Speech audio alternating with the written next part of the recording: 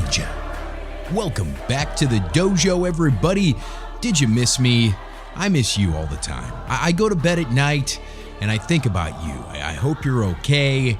And most of all, I hope you're hitting that share button. And speaking of sharing, share us on X. You can find us there. We are at Info Ninja Show. You can find us on ScrewTube when they don't delete our videos, at Info Ninja Show. You can find us on Donald Trump's Truth Social, and of course, anywhere podcasts are sold. All right, let's do this. So back in the day, back before I was walking as closely as I am now with the Lord. And I'm not saying I'm perfect at all. I have a lot more work to do, folks. I have a lot more closeness to my walk that needs to continue to happen. So don't get me wrong in that regard. But back in the day when I was less close to the Lord, I used to really watch and be into these alien documentaries, which kind of turned into ancient alien documentaries. And I don't really think I was searching for any deep meaning inside them.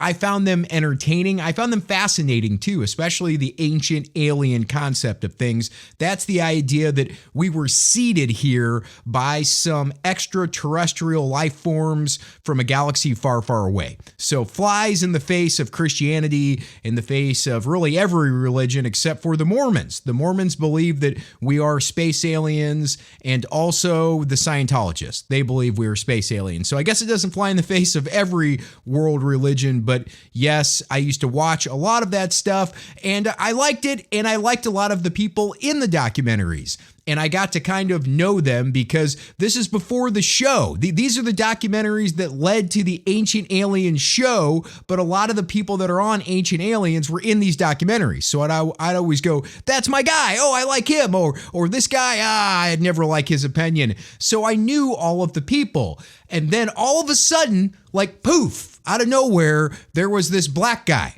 And I'm not talking about his race. I just mean it was this black guy in the documentaries that was one of the presenters, and there wasn't really any black guys. Black guys didn't really seem to be into aliens and ancient alien documentaries, I guess. But all of a sudden he popped up, and the stuff he was saying was always like a repeat. It was always stuff I had heard somewhere else. It was never a fresh idea. So I always kind of thought to myself, what is this guy doing, adding? Why is he now included in these documentaries?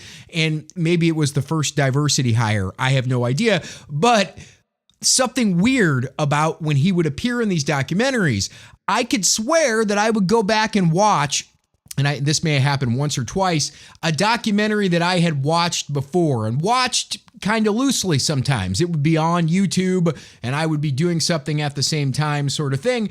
And I would swear I'd watch this documentary for the second, maybe third time. And all of a sudden, this black guy would appear. And what was weird is that I don't remember him for being in the old version that I watched. But even in the newer documentaries where he would appear, when he would appear, he was always like out of context. It was like he was being filmed with different equipment. The production value of the scenes he was in was different. The sound was different. They were using different mics. The video was different. They were obviously framing it different and using different cameras.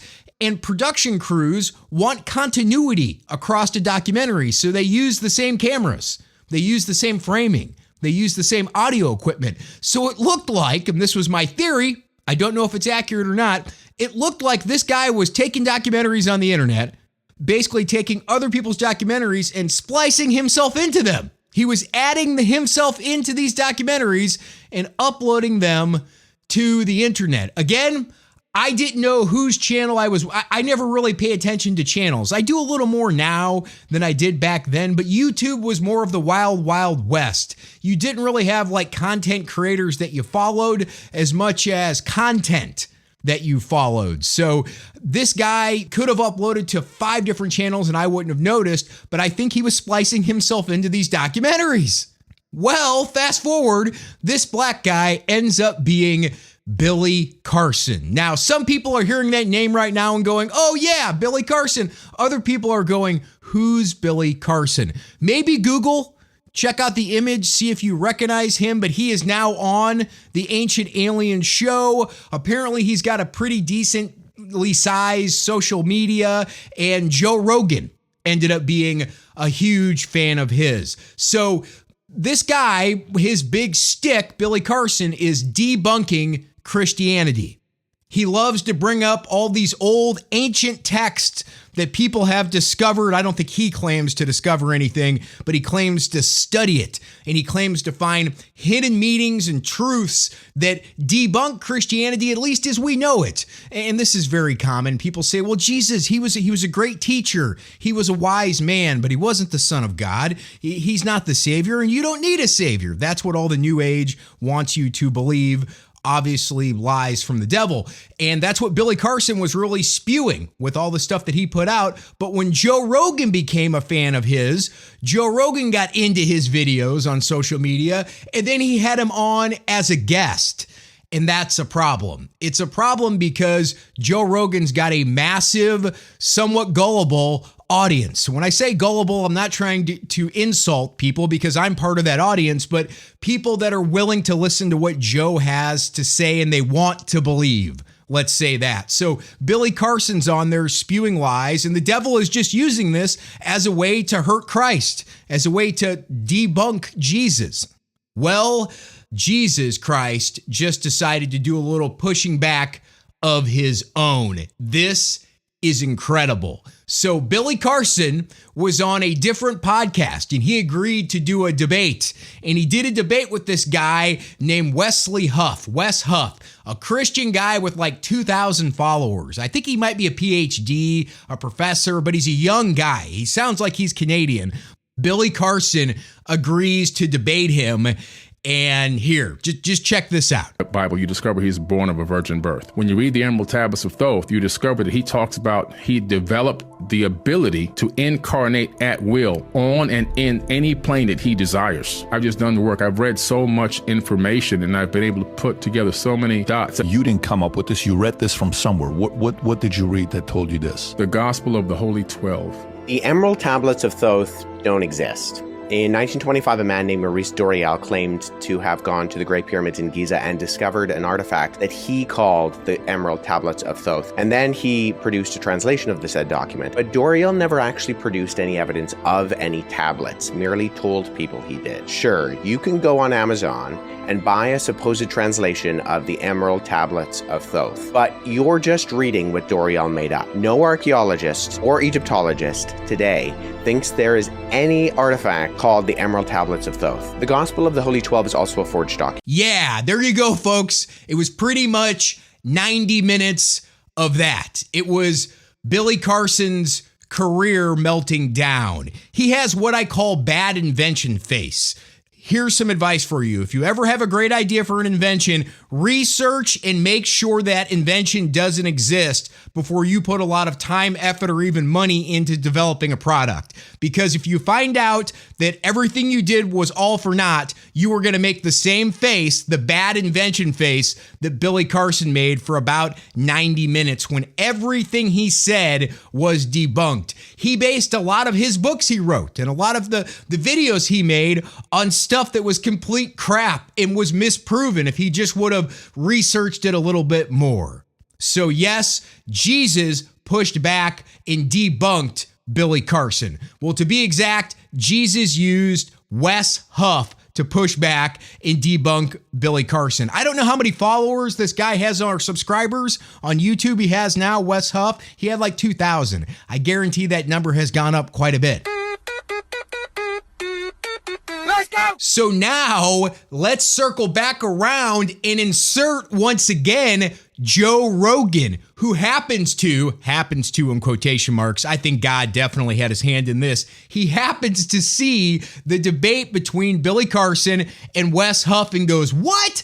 I've had this guy on my show spewing clearly misproven stuff. And what did Joe Rogan do? What was he led to do? He just had Wes Huff, a biblical scholar, a cool young guy in shape, had him on his show to talk about how Billy Carson was wrong in the debate, but also to talk about Jesus and the Bible. This is amazing, baby. This is Christ pushing back, and I think God is coming for Joe Rogan, and I think God is also coming for Joe Rogan's sizable audience. But when he was on with you, it was quite apparent that you are an actual expert in the Bible and in many religious texts, and that he didn't necessarily have the facts straight. So what was the fallout of all of that? Well, it's interesting you say the expert thing, because I literally was asked to do it 24 hours beforehand. So I had like the least amount of preparation going into it. And I was okay with that because I'd listened to Billy Carson. Well, and I'd listened to the stuff he'd said. So I knew enough about the ways that he'd articulated things about the ancient Near East and the Bible and Christianity to know enough that his level is pretty surface. But the fallout was that not only did he not want us to release the conversation, but then he started throwing out cease and desist letters. This was huge, folks. Huge for Joe Rogan, because I think his heart is getting closer to conversion, and huge for his audience. How many people heard this and their eyes were opened? This was an amazing act of God that I want you to be aware of, and I want you to be encouraged to maybe go listen to these episodes. Go to YouTube and type in Wesley Huff and Billy Carson. Billy Carson has apparently tried hard to take it down, but the full debate is still up there. You should check that out. And the Joe Rogan. Type in Joe Rogan, Wesley Huff, and watch that. It's an amazing 3-hour episode that I'm not going to lie. It was hard to get through at certain parts because they are talking about a lot of names and dates, and I've watched it. I've tried to watch it almost twice now, so I think I've watched it fully. It's very interesting. You should take your time and watch that because I think this is God moving on Joe Rogan. Joe Rogan has been Christ curious for a while. He's been dipping his toe into the Jesus pool a little bit, and I think God is ready to seal the deal very, very soon. So this is amazing. It's very encouraging. You should check these out as soon as you can because, folks, we're running out of time. The rapture is coming. When I see this stuff, I'm even more assured that it's not that long. I don't think it's going to happen tomorrow, but no man shall know the date. So be prepared now. Make Christ your Savior. Thanks for listening. Hi, yow, Info Ninja.